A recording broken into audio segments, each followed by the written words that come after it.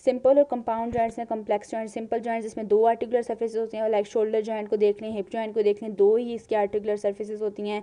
और compound joints जो जिसमें 2 और 3 और मोर आर्टिकुलर सर्फेसेस होती हैं, लाइक आप रेडियो का बात कर लें रेडियो कार्पल जॉइंट्स पे, ठीक है। रेडियो कार्पल जॉइंट्स मीन्स आपके हैंड में बहुत सारी कार्पल जॉइंट्स हैं, वो जाके रेडियस के डिफरेंट हेड्स पे जाके नीचे से जो उसके हेड्स होते हैं डिस्टल एंड पे उधर जाके अटैच हो रही होती हैं, वो मीन्स बहुत सारी आर्टिकुलर सर्फेसेस होती हैं। जिसमें कॉम्प्लेक्स जॉइंट है जिसमें हमारे पास एक से दो या 2 से भी ज़्यादा आर्टिकुलर सर्फेसेस होती हैं, लेकिन साथ में उसके आर्टिकुलर डिस्क या मेनिस्काई होते हैं। लाइक अगर आप नी जॉइंट को देखें जिसमें हमारे पास बहुत ज़्यादा मेनिस्काई हैं उसके उस जॉइंट के साथ, ठीक हो गया। Limitations of joint range of movement की बात करें तो हमारे पास वो कुछ बातें हैं जो कि हमारे पास इस जॉइंट रेंज को लिमिट कर रही होती हैं। वो क्या हैं? या तो कोई इंजरी या तो कोई डिजीज़ होगी जो कि अफेक्ट करेगी उसके स्ट्रक्चरल कंपोनेंट के, जॉइंट को स्ट्रक्चरल कंपोनेंट को अफेक्ट करेगी इन हैंड्स, और आगे से क्या करेगी, जब वो उसका कंपोनेंट स्ट्रक्चरल कंपोनेंट्स इफेक्ट होंगे इट मीन्स हमारे पास जॉइंट की वो मूवमेंट भी इफेक्ट होगी। तो क्या वो फैक्टर्स हैं? सबसे पहले आ जाता है टाइटनेस ऑफ द स्किन और सुपरफिशियल फेशियल और द स्कार टिश्यू। जब भी आपके पास किसी भी लाइक बर्न के केसेस में फायर हो जाए, कोई केमिकल आपकी स्किन पे गिर जाए तो आपकी स्किन एकदम टाइट हो जाती है। उस केस में क्या होता है, उस टाइटनेस की सूरत में आपके पास लिमिट हो जाती है both active and passive range of motion, ठीक हो गया।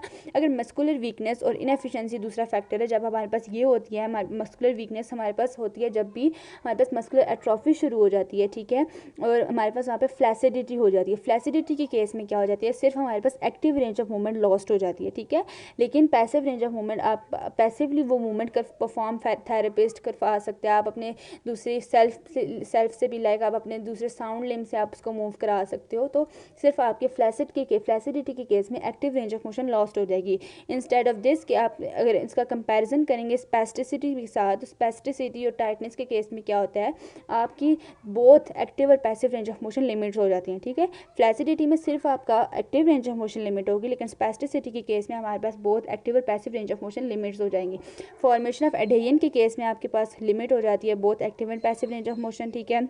जो हमारे पास फ्रोजन शोल्डर के केस में, एडेसिव कैप्सुलाइटिस के केस में इस तरह से हो जाता है हमारे पास कि आपके पास लिमिट हो जाती है एक्टिव और पैसिव रेंज ऑफ मोशन दोनों से। डिस्प्लेसमेंट और टीयरिंग ऑफ फाइब्रो कार्टिलेज और फॉरेन बॉडी, लाइक आपका कोई भी मेनिस्कल टीयर है, आपका लिगामेंटल टीयर है, कोई भी इस तरह का टीयर है आपके, उनकी वजह से आपकी लिमिट हो जाती है बोथ एक्टिव और पैसिव रेंज ऑफ मोशन, साथ में इंटेंस पेन की भी सूरत हाल हो जाती है, ठीक है।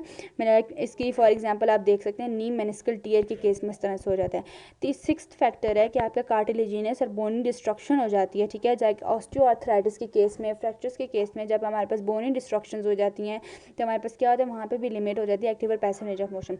देन आ जाते हैं 7th मायोसिटिस ऑसिफिकेंस। इसका क्या मतलब है, ये वो कंडीशन है जिसमें हमारे पास मसल के अंदर बोनी स्पिक्यूल्स छोटे छोटे डिवेलप होने शुरू हो जाते हैं। इसके केस में क्या होता है, वो जिस डायरेक्शन में मूवमेंट परफॉर्म कर रहे होते हैं, अगर उस डायरेक्शन में हमारे पास मायोसिटिस ऑसिफिकेंस डिवेलप हो जाता है तो हमारे पास लिमिट कर रहे होते हैं उस मूवमेंट को।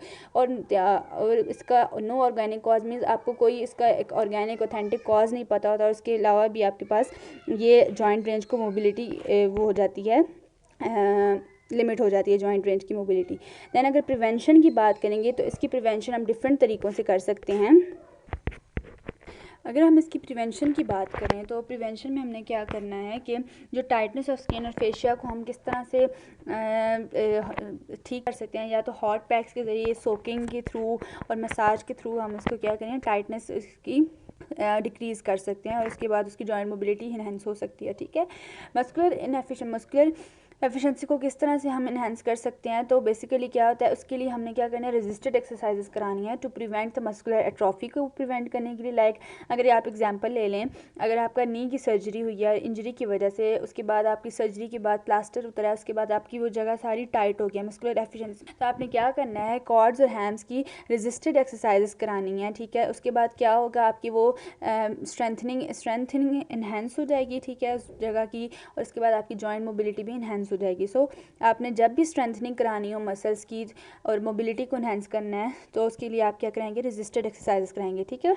Then overflow, passive range of motions भी आप करा सकते हैं। पैसिव रेंज ऑफ मोशन कराएंगे आप फ्लैसिड पैरालिसिस के केस में, और एक्टिव रेंज ऑफ मोशन कराएंगे आप और आपने स्पेस्टिक पैरालिसिस के केसेस में आपने क्या करानी है, रिफ्लेक्सिव मूवमेंट्स करानी है। ठीक है, जब भी आपके पास पैसिव रेंज ऑफ मूवमेंट आप तब करवाएंगे उनको इन्हेंस करने के लिए जब भी आपके पास फ्लैसिड पैरालिसिस का केस होगा। ठीक है, और स्पेस्टिक पैरालिसिस के केस में रिफ्लेक्सिव मूवमेंट्स करानी है जो कि सडन मूवमेंट्स होती हैं और सडन इनवॉलंटरी मूवमेंट्स होती हैं, तो उस केस में आपने स्पेस्टिक पैरालिसिस के केसेस में वो करानी है। ठीक हो गया।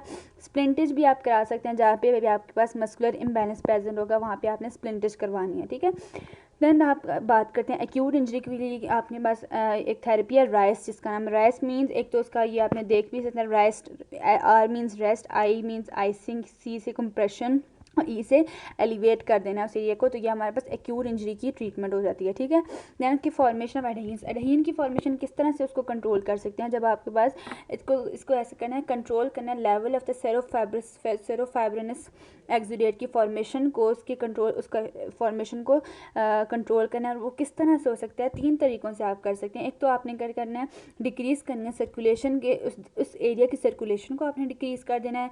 दूसरा आपने रिमूव करना है उस कॉज का ऑफ एक्सुडेशन को, कॉज को आपने रिमूव करना है। दैन तीसरा क्या करना है, रिमूवल करना है उस एक्सुडेट का। ठीक है, तो इस 3 तरह के तरीक़ों से आपने फॉर्मेशन ऑफ एडहेजन्स को आप प्रिवेंट कर सकते हैं। दैन आप देखते हैं सर्कुलेशन को किस तरह से इम्प्रूव कर सकते हैं। सर्कुलेशन को इम्प्रूव करने के लिए एक तो हमारे पास कंट्रास्ट बात है। ठीक है, दैन प्लास्टिक मसाज भी क्या है, रिदमिकल मूवमेंट्स हैं, दैन एलिवेशन करना है उस पार्ट का, उससे भी आपकी एलिवेशन सर्कुलेशन इन्हेंस होती है। दैन इलास्टिक बैंडिंग से होती है, जब आप एकदम उसको टाइटली बांध देती हैं किसी भी, अगर आपका थाई है किसी भी कोई भी एरिया, तब आपको उसको रिमूव करते हो तो आपकी एकदम सर्कुलेशन इम्प्रूव होती है। और रिदमिकल एक्टिव एक्सरसाइजेज से भी हमारे पास क्या है, इंश्योर करते हैं हमारे पास फ्री मूवमेंट। ठीक है, इसके अलावा फर्म बैंडेजेस होती हैं, रेस्ट होती है, कीमोथेरेपी होती है, कोल्ड पैक्स हैं, कूलिंग लोशंस है, इफेक्टिव ट्रीटमेंट होती हैं, ये हमारे पास इसके लिए जॉइंट मोबिलिटी को इन्हांस करने के लिए। ठीक है, उसके बाद पोजीशन ऑफ रेस्ट भी हमारे पास थोड़ी बहुत इंपॉर्टेंट होती है, जो कि हमारे पास इंप्रूव करती है, इंश्योर करती है फ्री मूवमेंट को। ठीक है, केयरफुल एक्टिव मूवमेंट्स आपने करानी है। ठीक है, जो कि हमारे पास एज सुन एज पॉसिबल और उनको प्रोग्रेस कराते जाना है एक्टिव मूवमेंट्स को। बहरहाल और इसके अलावा पैसिव मूवमेंट्स इतनी ज़्यादा इफेक्टिव नहीं है इस केस में, क्योंकि वो हमारे पास they can likely to give rise to minor trauma. ठीक है, इसकी वजह से माइनर ट्रॉमा भी हो सकता है, लेकिन केयरफुल एक्टिव मूवमेंट आपने इसकी केस में करानी है। तो बेसिकली ये सारा था जॉइंट मोबिलिटी का बेसिक सारा। अब हम उसकी नेक्स्ट उसकी बेसिक जो बातें हैं कुछ वो देखते हैं।